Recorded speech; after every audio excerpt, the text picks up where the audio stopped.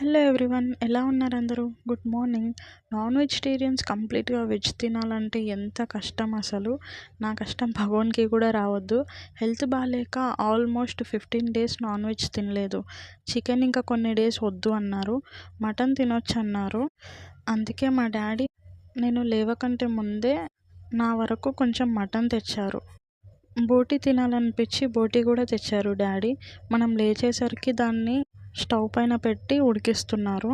Mutton మాత్రం నువ్వే వండుకో అన్నది మమ్మీ. ఇంకా ఫ్రెష్ అప్ అయ్యాను. మమ్మీ బోటి మంచిగా క్లీన్ చేస్తుంది. అంత ఓపిక మనకెక్కడిది.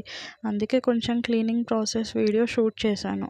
కుకింగ్ది కూడా వీడియో తీద్దాం అనుకున్నా, కానీ మమ్మీ వండేటప్పుడు చెప్పడం మర్చిపోయింది.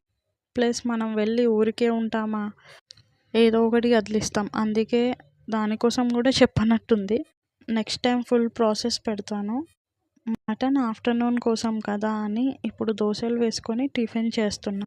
నిజం చెప్పాలంటే కొంచెం బద్ధకంగా కూడా ఉంది. ఫస్ట్ కడుపు పూజ స్టార్ట్ చేశాను. దాని తర్వాత మటన్ వండుదామని చాలా లేజీగా పడుకున్నా. ఇంకా మమ్మీతో 2 hours ఒర్రించుకొని స్టార్ట్ చేశా.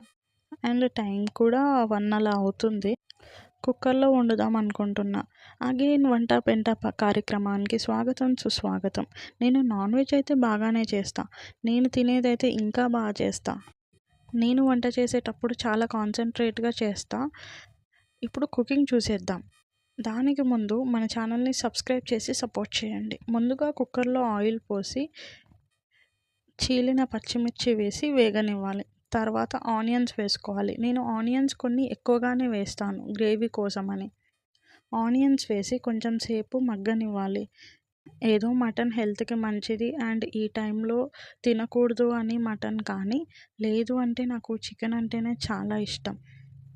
నిజంగా మనం తినకూడదు అన్న టైంలోనే ఈ రీల్స్ కూడా పగబట్టినట్టు ఫుడ్ వీడియోసే వస్తాయి కదా. నేను చాలాసార్లు చికెన్ మానేద్దామని డిసైడ్ అయ్యాక రీల్స్ ఓపెన్ చేస్తే చాలు ఫుడ్ వీడియోస్ తోటి టెంప్ట్ చేస్తుంది.